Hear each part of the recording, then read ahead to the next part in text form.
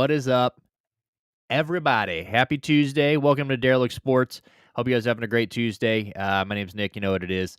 We're going to be talking some sports for the next couple hours. Appreciate you guys joining. If you guys are on X, please go hit that follow button. If you guys are watching on YouTube, go down and hit that subscribe button. Hit that like button so we get thrown into that motherfucking algorithm. With me, like always, is the Derelict better himself, Derelict Dale Durst, looking mighty fine for like the third, fourth day in a row.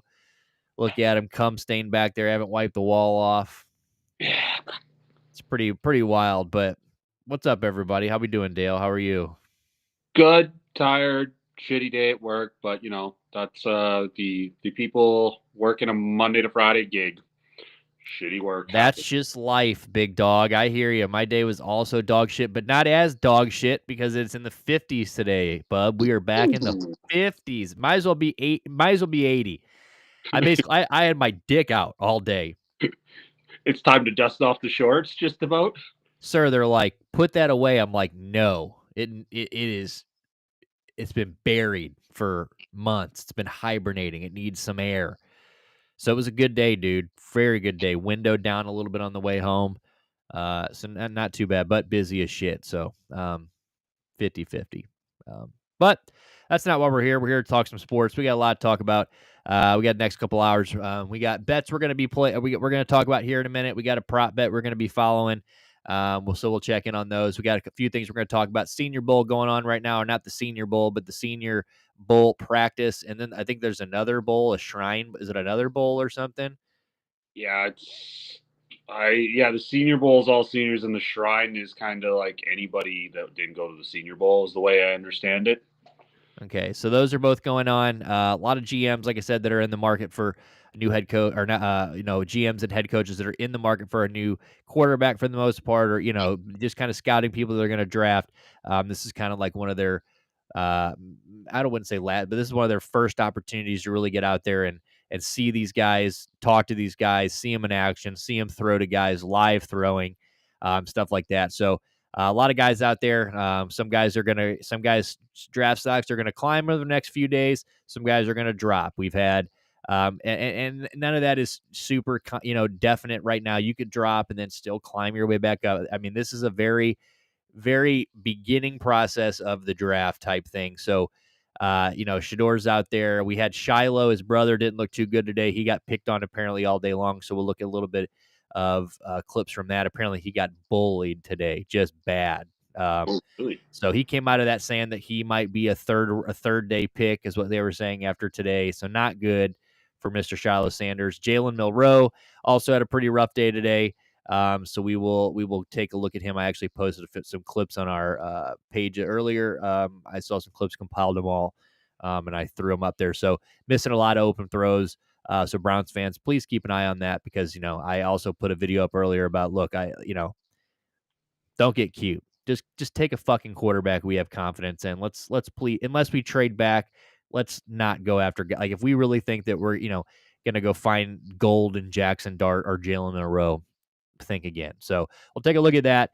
We got Logan Paul, rumored to be a fight. So we will take, I don't even know if that's going to happen, but we'll take a look at that. And then we've got some NBA players that might be on the move. More Jimmy Butler news, of course. But before we pull up our bets, I do want to, I want to read you an insane stat. I just refreshed Twitter and I just live. Am I seeing this? Okay. Joel Embiid. Okay, Mr. Joel, Mr. I don't play back-to-backs. I'm hurt, street clothes Joel. What they used to call Anthony Davis street clothes, I think is what they called him, was what the guys on TNT used to call him because they're like, that's what we always see him in. Joel Embiid he is the new street clothes. But the stat is, in his career, he has played 446 games. Okay. In his career, he has missed 400 games. Wow. I did. Wow. I would have not guessed that. Holy shit. He is basically 50% of his NBA career. He has been available at this point. 400 missed games out of a potential 846. Crazy. That And is, and they wanna put Jimmy Butler back in this apparently. God, that. Can we start there? Because I kind of have a thought process. We sure can. So let Okay. me see. I, I, So I might have thrown your mojo out for a second, but no, there wasn't dude, I have no mojo, dude. So it's, you're big dicking all the time. You have mojo. Don't sell dude, yourself short. dude, don't do that. Alright, so look, I am just a peasant like you are. You and I are just regular mill guys, regular run of the mill guys. Where am I going here? Oh, yeah. All right. So, you move some shit around here. Mhm. Let's move some shit around here. Boom. All right. So, today, this is what I could pull up a couple more, but this is just the one I saw right away. Twitter, Sixers Nation. Sixers are quietly emerging as a suitor for Jimmy Butler, according to Yahoo Sports. And boy, does this not sound well? One, here first, give me your thought. What was your thought what is your thought process you have on this, or what was your thought here? If you can convince Jimmy Butler to be bad for a year, like for the rest of this year, because the Sixers are not getting to the pool. They're what, maybe flirting with the 10 spot to have a chance, but realistically, they're going to get killed even if they get in. If you could convince Jimmy Butler maybe for a year that you could be a, very loosely using quotation marks, super team idea. Like if you could have Embiid and him and what they have, Paul George, Paul George, that was who I was thinking of. Thank you. Maybe, but holy Tyrese fuck, that's Maxey. you gotta trust. You gotta trust that locker room can handle that because oh good fucking lord, that has nuclear bomb with somebody lighting a flint right by it all over it. Yeah, well, and you can't and remember last time he was there, if you remember, he didn't really want to leave Philly. Joel didn't want him to leave Philly. He was very confused on why they weren't going to pay Jimmy.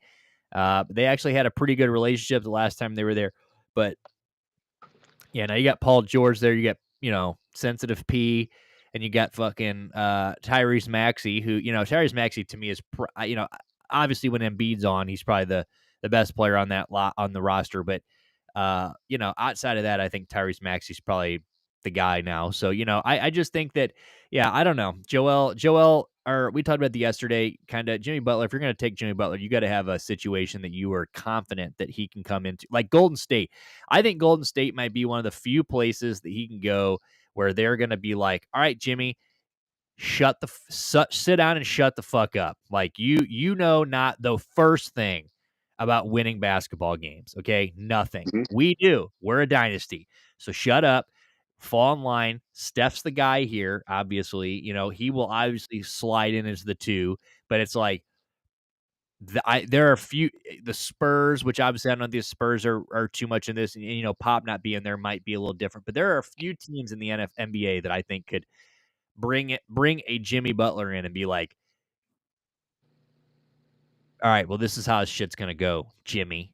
Like we're not playing the bullshit here. But the counter argument to that is, aren't the Heat one of those organizations where they won't take any shit? Yeah. Well, yeah. And like I said yesterday, the Pat Riley thing, it's insane that this is happening. Like it is in fucking sane that he is. Have we ever seen anybody in all your years? I mean, have you ever seen anybody like publicly want out of Miami like this, or even like I mean, I'm sure Pat Riley's had his beefs in the past, but like this is like you said, like this is definitely one of those teams that you thought like would be able to be like, all right, we got Spo, we got Riley, we got all the guys. We know what it takes to win here. Who are you? Yeah, like I wouldn't want to fight Pat Riley right now, and I'm probably 25 years younger than him. Like he's just that kind of dude. You don't.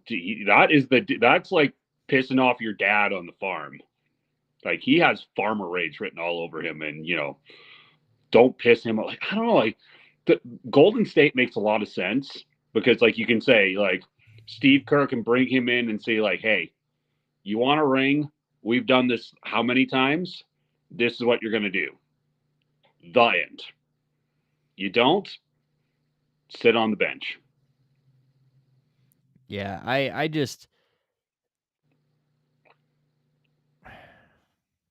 Paul George isn't playing right now. They're playing the Phillies playing the Lakers right now. Yeah, that's the TNT game tonight, first one. But yeah, I don't know. I said it last night. I don't want anything to do with Jimmy Butler. I want my teams. If it was my team, I want my team to stay far the fuck away from this guy. I just don't think he is.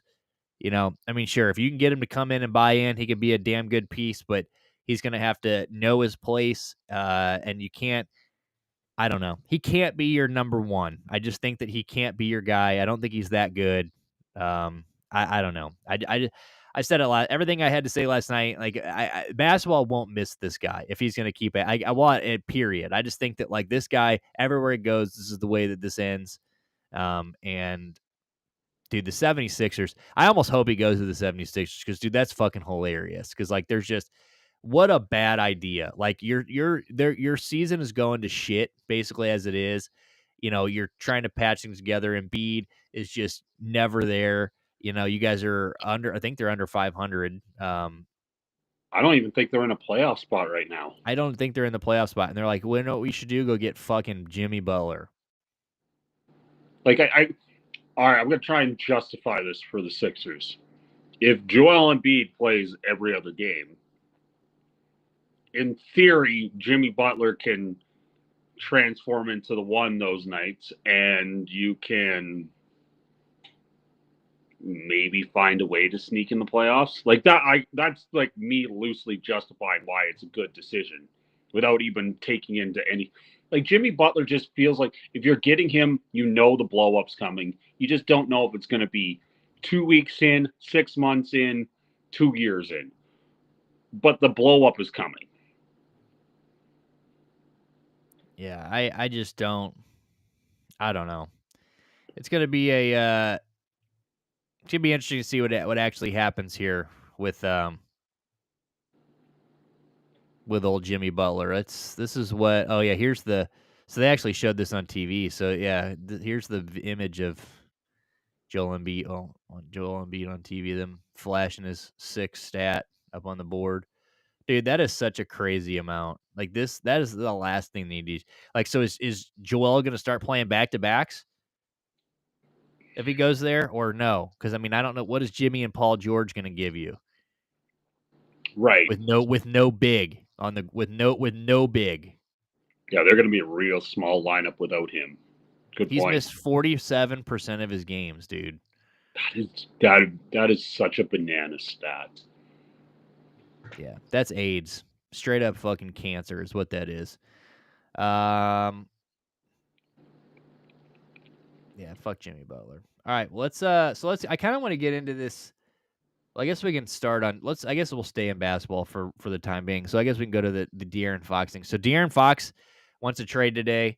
Or not wants a trade, but I guess the Kings are open to moving him, which they, should, because they're not doing very well. And, and De'Aaron Fox, if he wants to be on the move, he wants to be on the move.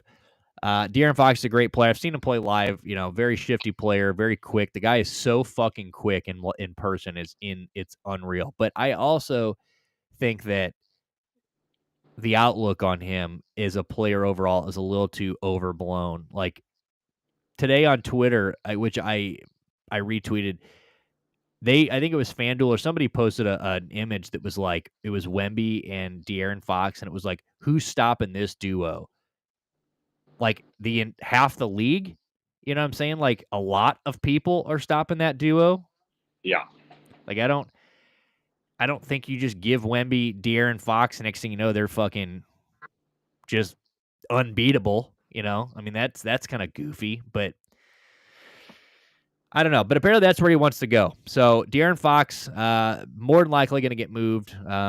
And apparently I don't know, I guess he made a list for them at some point today. I don't know if he gave them this list or what, but the rumor is he didn't want to be in LA. LA was not on his list of teams to go to, but the Spurs are. So it looks like, yeah. So it says, Sham said shockwaves through the NBA, which again, I don't know. Oh, we're talking about De'Aaron Fox, bro. My bad. De'Aaron Fox is really good, and I do think him and uh but I also, for some reason, for like 4 seconds there, I was thinking DeJounte Murray. Just embarrassing. But, yeah, De'Aaron Fox being moved would be crazy because I was about to say, why are we that worried about DeJounte Murray being moved when he's been moved before? But yeah, De'Aaron Fox is a stud. I won't say, like, De'Aaron Fox is, an he's a bad boy. But, I mean, you're looking at a guy that he has Sabonis. I mean, he's played with who are the guys that he's got? No, he's got DeMar DeRozan. He's playing with a pretty good team right now. I don't know if because the Spurs to me are pretty like outside of Wemby, they're pretty like they got Chris Paul. They went and got Stephon Castle this year, but like they're really not that good. They're mid. Just So I mean, yeah, riding. you give De'Aaron Fox. What do you think, De'Aaron Fox? You sent De'Aaron Fox to the Spurs. What do you think? How much does that raise their like bar? So I believe I've seen the standings a couple of days ago. The Spurs are like fourth in the West. So are they gonna? So let's say they get fourth and they win their first round against whoever. Like do they have a puncher's chance against OKC? Yes, but realistically, they probably lose in five. Like they steal a game at home. Yeah, I just I mean Even I if they make def the trade and improve. Yeah, I don't think I think it definitely helps them improve and it gets them closer to the promised land. But well, and I it think says there's too here that if they're going to make this trade, so Zach Lowe says San Antonio is indeed the team I hear most from sources, and one that makes a ton of sense. One angle here: Kings just fired their coach. Clear, make playoffs this season. Governing approach. How does a Fox deal fit into that if the return ends up pick heavy? So I don't know. So they're saying if they get picks, will they make that trade? Especially if they're. I guess the Kings firing their coach midseason shows that they're still willing to. They still think they have a chance. You fucking Derelict's changed name. Yes, sir. Derelict Sports, baby. that is what we are. What's up, Rockman? How you doing, big dog? It's been a while. So Um, but yeah, I think that hey, my man, appreciate you. Thanks for the gifted sub. Let's go. My man, Rockman, I really appreciate that, man. Good to see you, dude. It's been a minute. I hope the streams are going well. I see you've been streaming quite a bit. But yeah, I think that they're saying that that Castle kid's probably going to be involved in a. You got to think that De'Aaron Fox is pretty young. They're probably going to be a pretty neat return. You know what I mean? Like I think that it's not going to be some tiny return. Like I think they're going to want some player in that. So Castle might end up going. I don't know. I mean, this could be it is a good trade for Wemby because I mean, you got to try to get Wemby some players. Chris Paul isn't going to fucking cut it. Couldn't get fucking 5.5 points. Chris Paul, you bum bitch, flew halfway across the world to Paris to play like shit. Flew all the way to Paris to play like a fucking pussy. I couldn't believe it, dude. is Chris Paul as old as me? Is he 40? Dude, Chris Paul is fucking dead to me for all I can concern. We have to think about Kubiak as our new offensive coordinator. Oh, I think it's. What do you think? oh God, Gary Kubiak. Oh, there's some PTSD for. Is it for Gary or is it's Clint Kubiak though, right? oh, my bad. I thought I just had some Gary Kubiak like PTSD flashback. No, not Gare. Not Gare Bear. Like, I don't know. I would have to think about that. Yeah, I mean, I think it's good. What do you think about Pete Carroll? What do you think about Pete Carroll heading up to Oh, the Raiders, dude? How do you feel about old Petey boy? Maybe we can all take off our shirts together. I'll tell you what, he looked spry walking in there the other day. He had his little introduction. I think I'm a little more sold on that than I was before. I think that is a good spot for old Pete Carroll. I really do. When you talk that through, that made a lot more sense than it initially did. And in that, especially that team, that place, like Vegas has got to be a tough place to coach because It's there's awesome. He'll get those guys playing good. Yeah, I agree. I think he's going to be a culture change around there. I really do. I think he's going to get everybody just ready to go. Excited about playing football. I definitely think he'll get them in the right direction. I think that's the presence that they need at this time. That's a good way to put it, sir. Well said. Well said. Thank you. Well, if we're gonna move off of basketball real quick before we get off this. So De'Aaron Fox, where do you think, other than the Spurs, you got anywhere else you think it would be good for them to? You think De'Aaron Fox would fit anywhere Ooh, in off the your top, mind? who could you? Minnesota, because they could use some offensive help. They can play defense.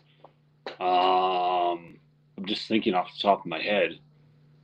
Who's like a middle of the pack team that could really use that boost? Knicks, not really. Yeah. The Spurs make a lot of sense. I'm not sure where else. Did it say anywhere else that was interested? No, but I'm seeing that. So I just typed in. So USA Today says Spurs, Rockets, Magic, Nets. Now Magic. the Rockets could be nice. Now the Rockets have slowly turned things around. I mean, they're fucking ahead of the Cavs right now in power rankings. Yeah, I mean, they're second yeah, in the West. yeah. It's fucking crazy, dude. I have that Amin Thompson kid is a savage, and then obviously Fred Van Vliet.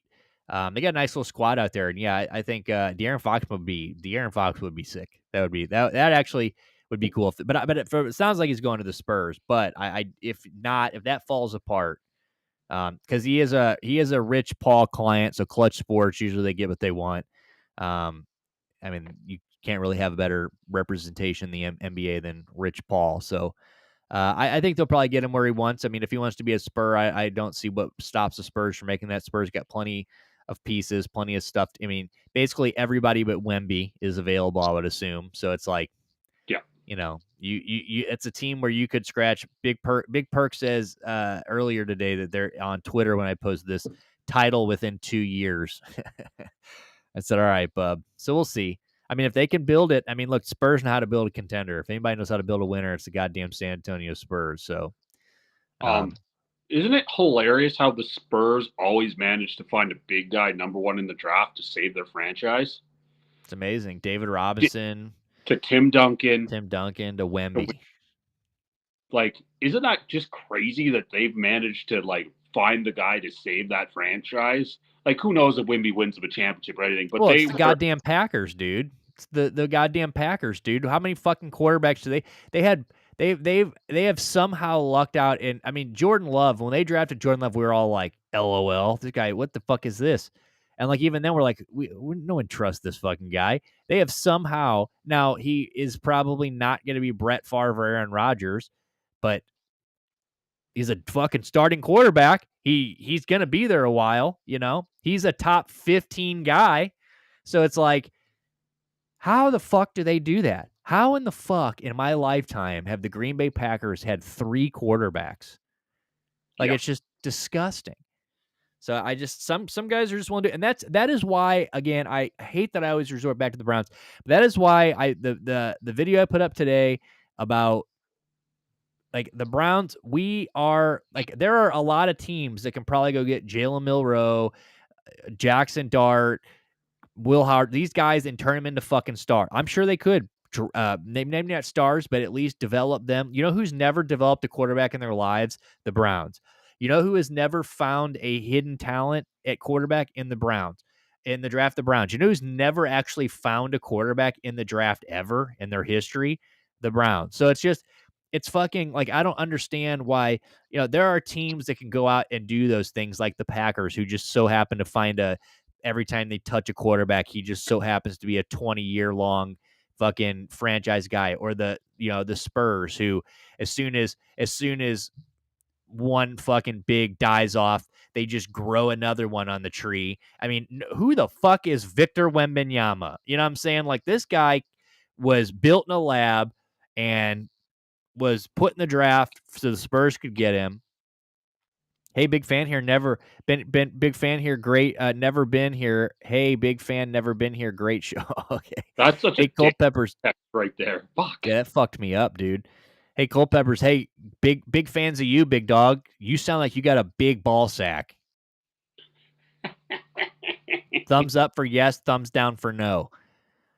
But yeah, I just think that the Browns are not the team that are going to be drafting a fucking guy or fight. I don't trust the Browns to go into this draft and be like, oh yeah, we're going to fucking, we're just going to punt on the big guys. We're going to get real special with this.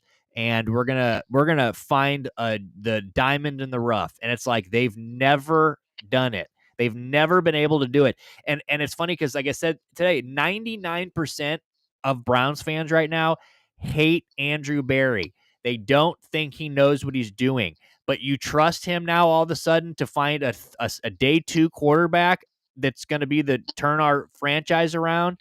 Like, it's just, get fucking real. Like, if Cam Ward or Shedeur Sanders isn't it, then so be it. But you tried. Yeah. Like, you went and you swung big. I don't want it's if you trade back and then go get Jackson fucking Dart, and then next year he's sitting in week 8 because he sucks, and everybody's going, damn, that's gonna hurt. That's gonna hurt a lot more than, damn, we tried. Cam Ward isn't it. Shedeur's just not it. Whatever. Then so be it. The Browns need to just not overthink it. Yeah. Absolutely. You were bad enough to get this honor at the second overall pick. And whatever the Titans do, you have the next best option. And if insert quarterback falls flat on his face, well, there's a big list of quarterbacks that have been drafted in the top 5 that have fallen flat on their face. It's okay. You got it. You got it. You don't. How many times have the Browns done it? It's like knowing that you are playing blackjack and you're doubling and you know that you're getting 20. The dealer's going to make 21 sometimes, right? Yeah, and it's here's the thing, like, you can stop being like, you can stop trying. Like, if you've tried to find the hidden gem before and you've tried and you just can't find that guy, that's okay to stop trying that. But, like, in the front office saying that day, well, maybe we should go this and this because we've never been able to find a quarterback. There's one thing that you can't stop trying, and that is getting a franchise quarterback. So if you think, like, it doesn't matter if you failed at 100 times, 1,000 times, you have to go for it 1,001, because what are you going to do? Without it, you're fucked. And so the Browns, it's one thing to be like, okay, the Browns have tried to go find a guy or trade back and find a guy that's maybe a little lower on draft charts, but is actually this is the guy, and it doesn't work. They can stop doing that, but they can't just stop going after a quarterback. So when you're 2, I don't care if you have failed at Johnny Manziel, Brandon Wheat. Every time I say his name, I fucking gag. I can't even think of it. Brandon Wheat. That guy sucks. When I say Jackson Dart and Will Howard, I just hear that guy's. I see his face. All these guys that we've taken over the years that fucking, Brandon Wheat. He was 50 when we drafted him, so it's disgusting. But I don't blame them for trying another time. If they do it for the 1,001st time and Shedeur Sanders is a bum, then okay. Yeah, you don't get these opportunities very often. You basically seen what mediocrity quarterback play was this entire year. I'm sorry, like. But I'm not throwing Deshaun Watson in that, but you've seen for the lot from middle of October on what mid You mean like Dorian Thompson Robinson? Yes, you've seen what mid I think is even being polite. you've seen what bottom third quarterback play looks like over an extended period of time. I So would take Deshaun. This is we're the 2 pick. Thank God. But then again, I'm not confident we're going to get it right. That's the scary part. Is that my favorite team is a team that just absolutely loves to fuck it up. So they can draft every other position. It seems like sometimes, and again, I'd even be cool with them taking Travis Hunter at 2. If we're going quarterback, don't get cute. But I just think that I would actually truly look you in your eyes and tell you that if I had a chance to put DTR on the field next year or Deshaun Kaiser, I would go dig up Deshaun Kaiser at whatever Publix grocery store he's working at nowadays. I would untie his fucking apron for him. I'd work the rest of his shift just so he could make the game. We have to get. If I ever see DTR step on the field again, I will fucking cry.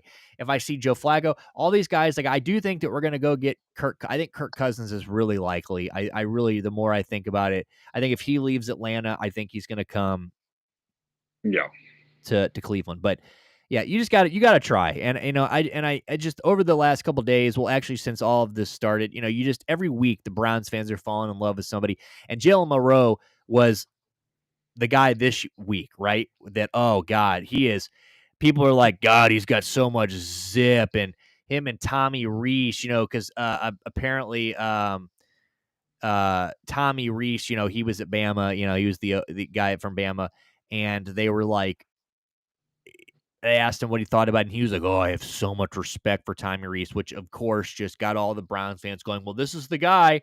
This is the guy. Trade down, get a blue chipper, and suck another year, grab a QB next year.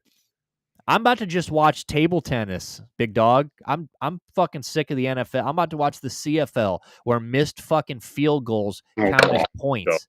It's the stupidest fucking sport in the world. Let me bring up things. By the way, breaking news. Former POW Brittany Griner has just, after 11 years in Phoenix, has signed a deal with the Atlanta Dreams. Interesting. The Atlanta Dreams. Good team name. Now heads to Atlanta. One of the most stunning free agents moves in league history is what Sham says. And Bub, Kelsey Plum was traded the other day. People are popping off. WNBA has been blowing up all fucking day. We'll look more into that. But let me pull up this Jalen Melrose footage that I've got here for you. Yes. Let me make sure it's muted so YouTube doesn't crawl into my asshole.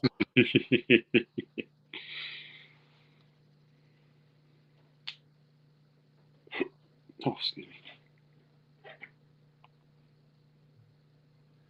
All right.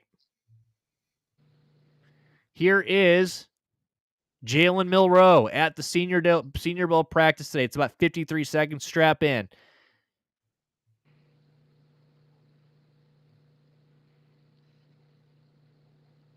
Actually, here, not a good view. I'll go back to the other view so you can see the whole field.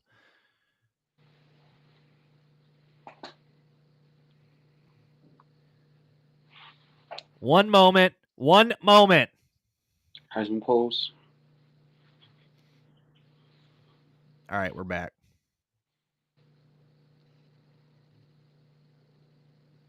Ooh. Oh, look at that move off the line. Nasty. So it gets kind of ugly, and most of these are not good.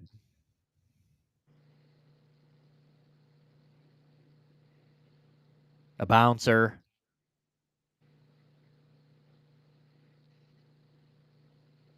Look like a P deflection.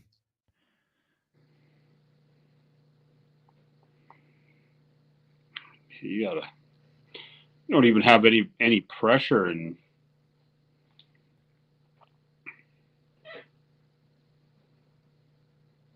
that was just like such a nonchalant throw.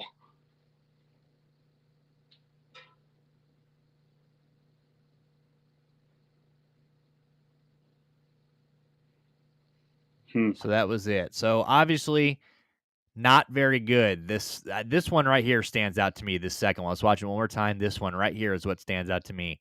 Zero pressure. Look at this ball. It Not bounces in front of him. not even in the area code of being good.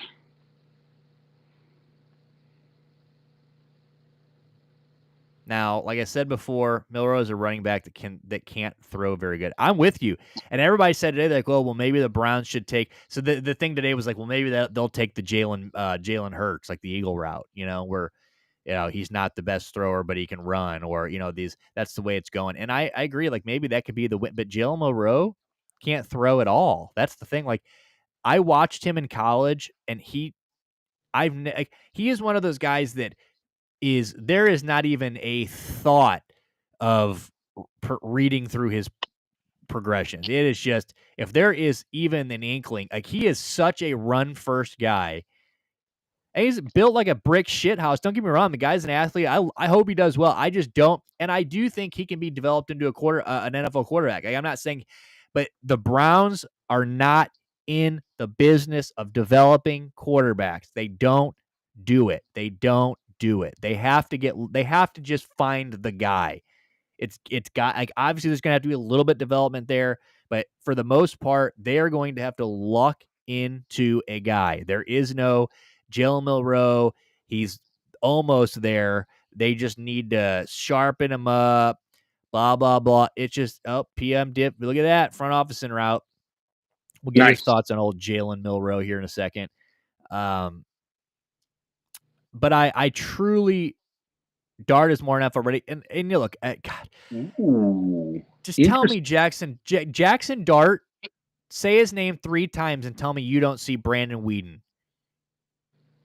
Go into your bathroom, turn the lights out, say Jackson Dart in the mirror 3 times, and I guarantee you Brandon Weeden shows up in your mirror. Beetlejuice, Beetlejuice, Beetlejuice. I don't know. Like Jackson Dart, Will Howard, all those guys really truly might be all right in the NFL. I just don't think. And I know I'm saying a lot of things the Browns aren't because the Browns aren't. What are you gonna say? That made me like start to think a bit. He could be a safer option. I don't think the other guys have much higher ceilings. Absolutely. But he played under Lane Kiffin in Ole Miss in the SEC, so he's seen some things.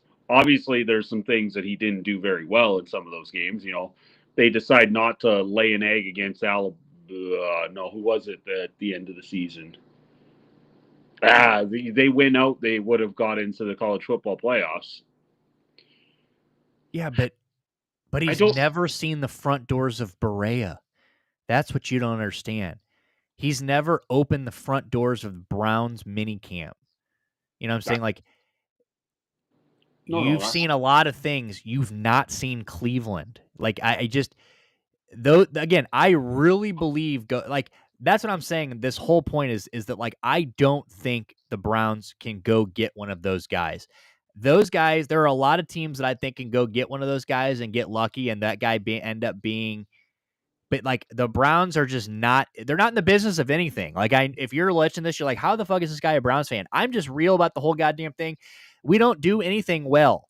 Like we have to get lucky. In history tells you, like I have faith in Andrew Berry. I'm not an Andrew Berry here like all these other guys, but I just think that the Browns are not in the business of finding diamonds in the rough or drafting a guy that's not all the way there and bringing them up to where they need to be NFL stars. They need to find somebody that they just get lucky on. Like they have to find a Patrick Mahomes. They have to find a Josh Allen, which even Josh Allen needed some development that I don't know if the Browns could have given him. I think that they need a Mahomes. They need a Joe Burrow. They need somebody that can just come in here, big dick the situation, and be that guy from day one. Because if not, like Jackson Dart very well could go to a team like I said, the Packers, the Broncos, not the Broncos, but the Patriots, or just one of these teams that that have developed somebody in the past, or and turn out to be a good quarterback. But I just don't think the Browns are going to find much success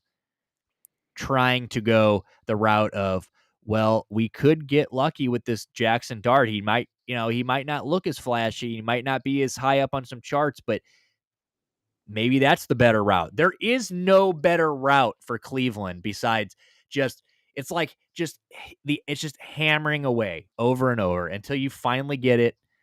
You just got to try. You got to take Cam Ward. You got to take Shedeur Sanders. And if it doesn't work, then we'll see you next year. That's my opinion. I just don't think that they're going to have the luck of most of these other teams when it comes to just finding their guy. Tom Brady ain't walking through the door. We ain't drafting the guy 6th fucking round, and then he's going to win 6 rings. It ain't happening. Totally agree with that. You're right. You just, whichever quarterback falls to you, you take. If you somehow get both options, oh boy, they'll be interesting. But you're Dude, pretty. if the Titans take Travis Hunter, I'm just going to pull the trigger. Like, I don't even know if I can handle it. Because if they don't take either one of them, I'll lay in the street. You're right, Nick. You got to swing for the fence. Yeah. I mean, look, we're the Cleveland Browns. You know what I mean? It's just we have failed at this since the beginning of time. We have even taken guys at the very top of the draft, and it's not worked out. We've taken the wrong guys, like Brandon Weeden. Again, I know I keep bringing him up, but guys like Brandon Weeden, Johnny Football, like we've been there and done this. And we don't need that. we need a guy that's going to just step up and be God from the moment he gets there. Not asking much for a 22-year-old kid. Not asking for much. And that's what I was saying about Will Howard. Everybody's like, well, Will fucking Howard, that's a Stefanski guy. Look, the last guy, I don't want to wish fixing the Browns upon anyone. I really don't want to wish it upon somebody that is from there. Now, he's not from there, but he's played in Ohio. I don't want an Ohio State guy. Jackson Dart, look up where he's from. Pretty sure, is it Jackson Dart, the one that's from Cleveland? One of them's from, is it Will Howard? No, it's either Will Howard. Name some of the other guys. I think it is Jackson Dart that is from Ohio. Really? Wow. No, that's UT. Hold on. Not Jackson Dart. Who are some of these other guys? Is it Will Howard? Must be Will Howard, would be my guess. No, Drew Allar was the guy. Drew Allar. Who's not Drew Allar. Okay, yeah. So Drew Allar was the guy from Cleveland.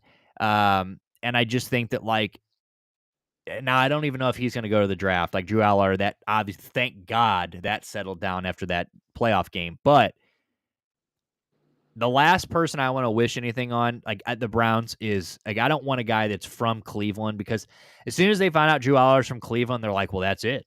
He's got to be the guy. It's like, no.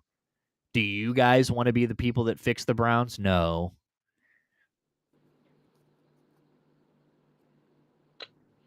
It's a tricky situation, man. You're right. Like it's like, I'm gonna equate Saskatchewan to this because I feel like there's the fan base similarities and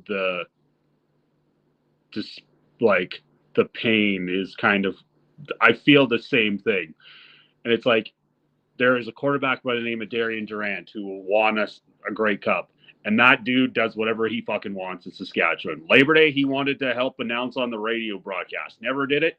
He got to do it. Dude's never going to pay for a drink in Saskatchewan ever in his life ever again when he comes home. But he also lived the pain of being in the fishbowl in Saskatchewan and the struggles that he went through. The 13th man game that I showed you, he lost 2 Grey Cups before he finally won the one. And that's like, gotta hurt. Exactly. And like, it's funny. He said after the fact, like the first 2 Grey Cups, he was under so much stress because he needed to do it for the province / for you, Cleveland. And then the Grey Cup that was at home, the night before the Grey Cup, he was out having a couple drinks with the fans because he knew that he was going to do it. But he had to go through the fucking pain to get there.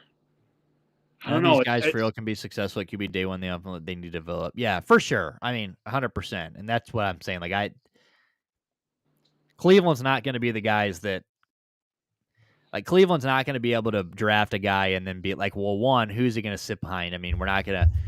Like Kirk Cousins. Like I think the Kirk Cousins fairy tale. Like sure, he's a good guy to throw in there for the time being. Maybe the right, but like give Kirk Cousins 3 weeks or give Kirk Cousins one game of throwing 4 interceptions, and the Browns fans are going to be fucking, I mean, barking up his ass, and it is going to be, well, hurry up, get in. Put in fucking insert no, dude. There is zero development going on. Front office, what's up? Shan's calling me. I'm going to mute myself for a sec. What do you think about Jalen Milroe and in general, and what do you think about the Browns taking him? Be right back. Okay, so first, I want to say that if Kirk Cousins came in and said the right things, Browns fans would love him because we love quarterbacks to throw 3 to 4 picks a game, apparently. So I wouldn't even worry about that, guys. But as far as Jackson Dart and Jalen Milroe, right? So those are the QBs. Jalen goes to Alabama. I'm sure we've covered that. And then Jackson, is Ole Miss or Mississippi State? I don't know. Dart went to Ole Miss. Ole Miss. Okay, I knew it was one of those schools. I just couldn't remember. Thank you. Straight up, I like Jackson Dart does not look like an NFL quarterback to me. Maybe that's just me.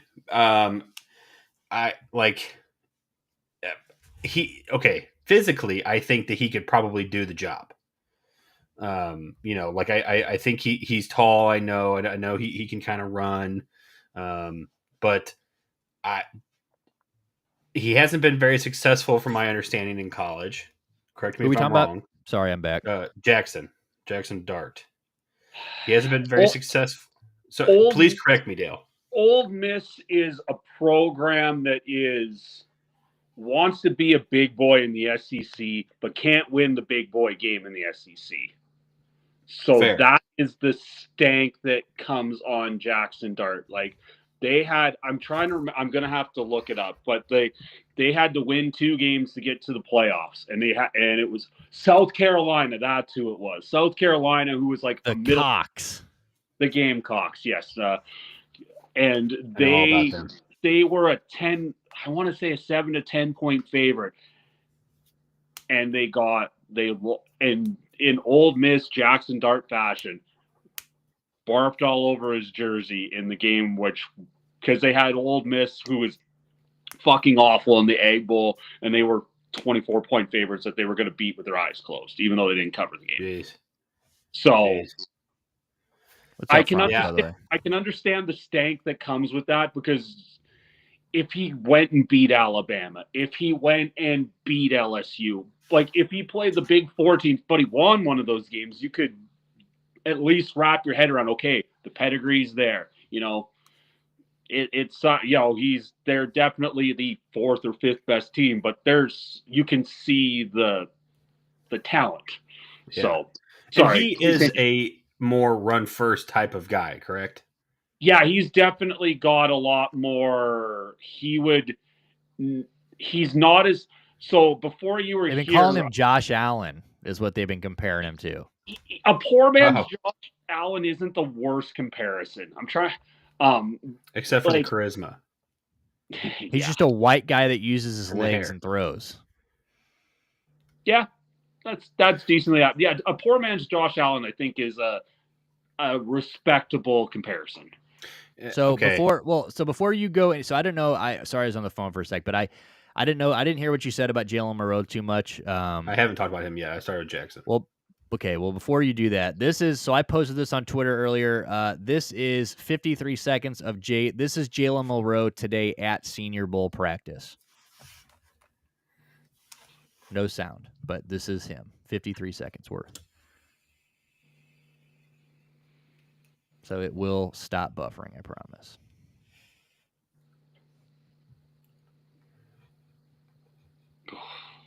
Okay, Maybe it won't stop buffering. Maybe I need to go back over here. But yeah, as you saw that throw, bad enough. So here, yeah, we'll restart here. I'll just stay over here while it's doing this. That ball's So getting not a picked. bad throw to start, but it just goes That ball's downhill. getting picked. That's a duck, baby. Poop.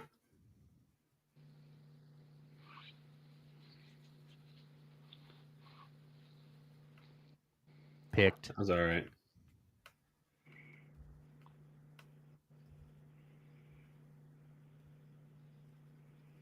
That was all right.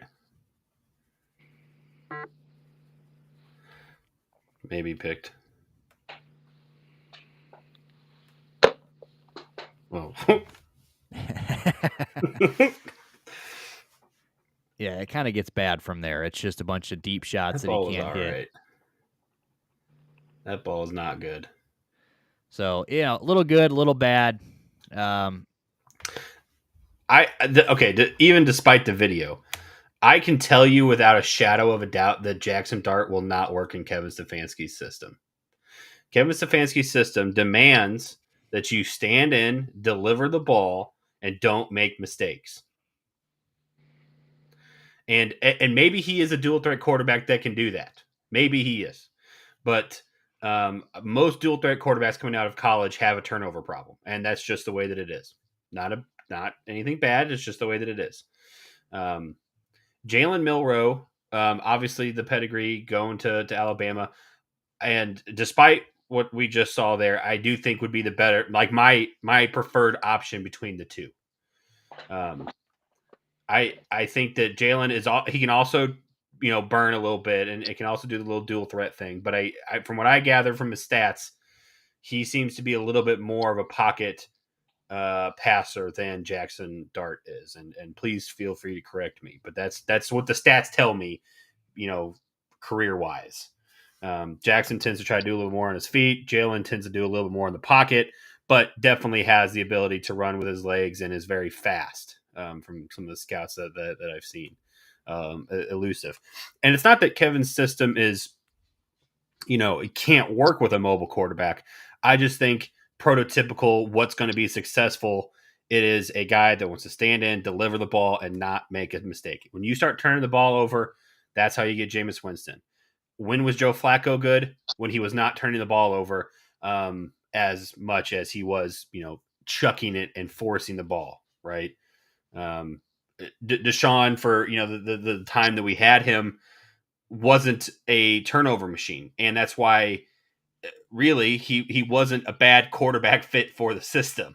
Like if you really look at it, yeah, that's I don't think either one is who I would pick for the Browns to pick up. But if I had to choose one, it would definitely be Jalen. What would you guys say? Dude, we've been talking about this for a minute, and I don't want him at all. I'm not gonna go. I mean, it's hard not to. Well, yeah, I don't want either. I'm with you. I don't want either. But we got to pick one. You got to pick one. Who are you taking? I'm the bullet, because I'm fucking this is fucking like, this is such a bad.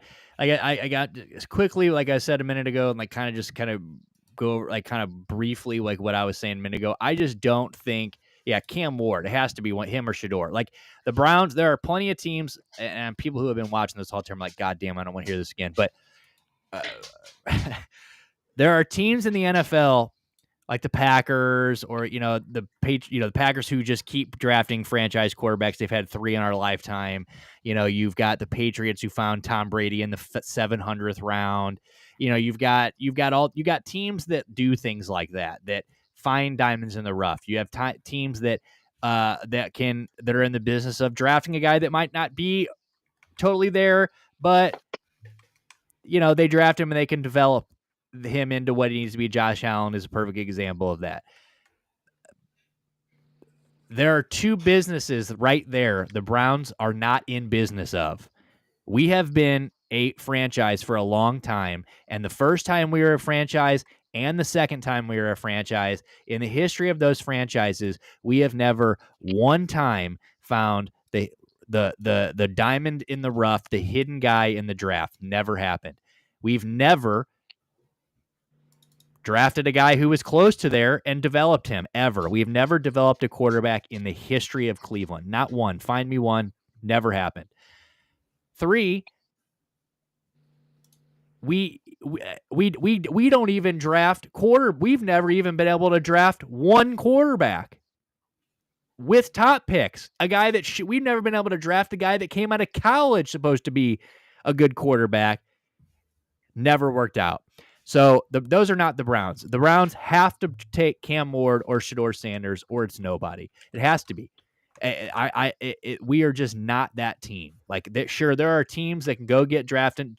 I'm sure there's a team that can go draft Jackson Dart in the second round, or Jalen Milroe, and he down the line, or turn him in, develop him into something, or get lucky and him just work out. But the Browns, it's not going to happen. And like I said a little bit ago, I can not blame the Browns if they say, okay, like if this whole time we have been trying to find the guy in the later rounds and it never worked out, and we said, okay, we're going to stop doing that. That would be a good idea. But not being a good idea, you can't just say, well, we've struck out on a quarterback forever, so we're just done trying to take the big guys at 1 and 2. You have to. You just have to. Yeah, 1,000. You fail at that 1,000 times. You have to try 1,001, because until you get a fucking franchise quarterback, you are fucked. And the Browns are just, until they find the guy that turns out to be like Patrick Mahomes, who just walks in and drops his cock on the league, or Joe Burrow, or like one of these guys that just shows up ready to go, we're not going anywhere. So the thought of Will Howard, Jalen Milroe, all those guys, get it out of here, because it's never worked. And like I said before, all of the Brown fans that are calling for Jackson Dart and Jalen Milroe, Will Howard, all these late guys, they hate Andrew Berry. He can't draft. Remember, he sucks. He sucks at his job. They want him fired. But that's the guy that you now trust to go into the draft and find a guy on day 2? Get the fuck out of here. So give me Cam Ward, give me Shedeur Sanders, or literally just don't draft one. I'd rather you just I would truly rather you just build the rest of the team. Fuck it. Start Kirk Cousins all year and bring in somebody if you have to. But I just, if we draft Jalen Milroe or Jackson, I guess I just told Rockman Drums, go into your bathroom right now, front office, go into your bathroom, turn the lights out, look in your mirror, say Jackson Dart 3 times, spin in a circle. Brandon Whedon is going to come out of your fucking mirror. That's just the way it's going to happen. It's the same guy. So I don't want us to get cute. We either take one of the two guys or just move on. I will never. And as for proof, somebody pull up the tapes when the Falcons drafted Michael Penix Jr. last year. I said, if I'm not mistaken, that I didn't understand it, but you can't hate a team for going after who they think is their franchise quarterback. Okay? You could, even if you get that pick wrong 10 times in a row, and we have, it is never a bad decision to invest in a quarterback.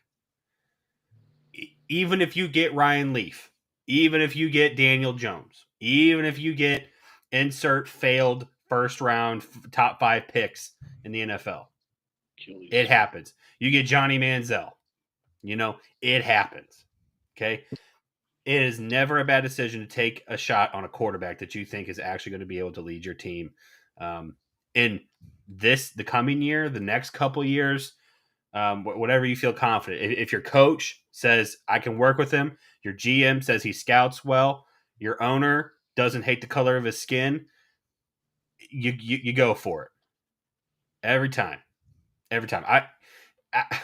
Browns fans are the perfect people to ask.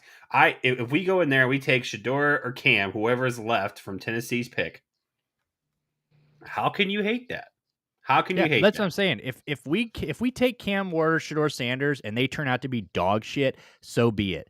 You tried, but you have to keep trying to do that. But again, if we have a chance to take one of those two and we trade back and then we go the route of like Abdul Carter or one of these guys, and then we think, oh, well, we'll just trade back because we've got our guy in the second round, I will fucking eat one, dude. Yeah. It's that's not going to work. That right there. Well, yeah, because we're the Browns. Other teams can do that. I mean, other teams do that, but we don't. I mean, Michael Penix a day one?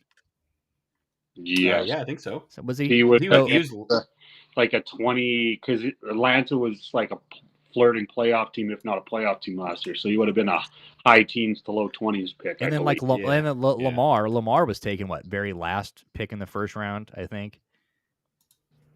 Yeah, that sounds right. I think that was it because I remember him being like last. But either way, it's like the Browns. That's not going to happen for the Browns. Like the Browns, if they have to take one of the two best guys, and like I said, they can do that 100,000 times, and I'll never fault them for trying. You have to get a quarterback, but I can fault them for trying to get cute over and over and over and drafting a guy who is 27 years old in his rookie year, named Brandon Weeden, or just things like that. So if we go get Jackson Dart and he sucks, we deserve that. We go get Jalen Moreau, he sucks, we deserve that. So we'll see. I mean, I Jalen Moreau, I just don't. He just fits. I just feel like that to me like the new name. Drew Allar was the guy that I thought we were for sure going to. Thank God he ate dick in the playoffs. Yeah, we got lucky with that one. But Jalen Milroe, dude, like he was talking up Tommy Rees all day in his interviews, and I'm just like, stop doing that. You know who else needs to stop doing that? Live update here. Fred VanVleet. The game started, Fred. What the fuck are you doing? Fred, we're almost in the fourth quarter, Fred. You've got 3 points. How? Gotta I'm love over. that. If you would like to know how the bets are going while we're really sweating Providence and Seton Hall, which is exactly what I need in my life. Kentucky is up by 5, and we have them at plus. I don't know what you got. What do I have them plus 8.5? I got 8.5. I got them at plus 10.5 this morning. So as long as the game doesn't go over, guy. Don't brag. Don't brag. Don't brag about what you didn't post. Don't make me put you on the internet, dude. I'm going to put you on the internet with one of these guys gatekeeping picks. He tells us to bet 8.5, and then he goes and gets 10. Hey, I got Canadian books. Sometimes at work, you've seen some of these Canadian books. Dude, I think they think you guys are like handicapped because you guys have got some of the crazy. You guys are always 1 full point better than us, and I just don't get. Sport Interaction is tits. It's a little sports book out of Quebec. Dude, they have always got the numbers. But yeah, Fred VanVleet. We took Fred VanVleet for over 21.5 points and assists combined. He's got 3 points, 3 assists. So we're fucked. He's got 6 going into the fourth quarter. He's 1 of 6. He's taken 6 shots all night. All of them have been threes. 1 of 3. Come on, Fred. We've got because I'm watching the game through my party poker little thing. So Providence is up by 2 with under 30 seconds left, and we'll be getting fouled soon. Hell yeah! All right, so before we move, I am got those pulled up. I've been refreshing. UNC is at what? That should be starting any time. Yeah, I think it starts in 3 minutes. It'll be the second game on ESPN. So yeah, I'm probably throw that one on after this. We'll see. Yeah, that. Oh, can we have 2 seconds to talk about the excitement of Arizona making me feel good about betting sports again last night? Dude, that was a fucking game, baby. Front office, did you hear about this? No, I did not. Let Uncle Dale tell you a quick story. Arizona, we had Arizona money line minus 111, and Arizona was up by double digits at the half. It was looking good, and then Iowa State, who's ranked 3rd in the country, is like, no, bitches, we coming back because we're Iowa State, and they're a Final Four team.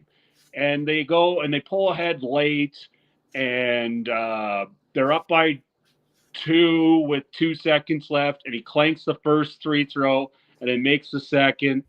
And then the Arizona State kid gets the ball and takes like 1 step behind or in front of his 3-point line and drains the 3 to send it to overtime. And then Arizona goes fucking in fuego in overtime and can't miss a 3. What was that kid's name? Something Love, right? Something Love, yeah. I can't remember the first name. So, Providence is good. Providence is up by 4. Just no bullshit layup. No bullshit. Caleb Love was his name. Look at this shit, dude. Caleb Love.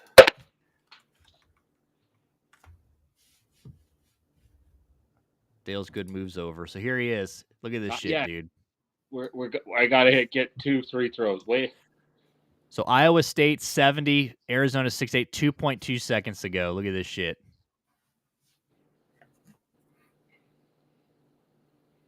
Dale's like, another bet down the drain. Why can this keep happening? My life fucking sucks. Holy fuck, we're going to overtime. Dude. What a fucking heave. Dude, not only did he hit the shot, they go to he hits the shot to send him to overtime, and then they beat the fuck out of them in overtime. Like, it was what they win by 6.5, 8.5, something like that. They won by 9 in overtime. So my brother files a guy that I'm not gonna even shout his name out or anything, because I used to go to school with him. Guy's a fuck, but wins a lot of money sports bet. Well, he loses a lot, but he's one of those guys that really he charges for picks and all that stuff, and then he posts all his wins out on it. I mean, he wins like thousands. I mean, he wins a lot of money. It's pretty but he's like big time betting, and I'm sure he loses a lot that he's not posting. Correct. But he took them at 8.5 somehow. He got them at 8.5. He took Arizona at 8.5, and when that, I mean, he had a good amount of money. I'm like, dude, that, like, my asshole would have been sweating. Like, he hit it, but it's like that didn't look good until overtime. Yeah. No, exactly. It's like that's why I'm a huge believer of, holy shit, we've been bad for a month. But I'd rather people see that we've been bad for a month than pretending to say that we are the greatest sports bettors of all time. Because we're not. Because I'm going to go on a stretch where I'm going to go 15-5. And I'm just as easily going to go on a stretch where I go 5-15. It's called honesty and integrity. And exactly. The guys that post the wins on Twitter and Instagram probably don't have the action account where you can follow all the bets and see that they still lose 50% of the time. And Nick, I would love to see the name in that private chat just so I know who we're talking about here. I actually don't know if you would know him. You probably do. You might. Hold on. I'll send it in a second. I'm trying to. You're good. No rush, of course. I'm trying to get past a Mary Cabot paywall right now. Bitch. Come on, Mary. What are you doing? I'm not buying Cleveland.com. No. Subscriptions. Never. I tried one time, dude. The $1 when they were running a schedule wouldn't take my payment. So I'm like, okay. So like it kept like telling me like it wouldn't read my. So I'm like, okay. So the next time I went back, it was back to normal price. I'm like, bro, I will fucking go around a paywall for the rest of my life for this fucking website. You piece of shit. Hold on. Let me type the name so you know, and then I'll get to what I was going to say here in just a second. It is. Let's see. Oh, yeah. I do know that. Really? He's the sports bettor now? Yeah, big time. Did not know that. All right. So a few minutes ago, 2 things. One, Mary Cabot put out this is a little bit ago. She put this out, but she wrote a very, very impressive 1-paragraph blog.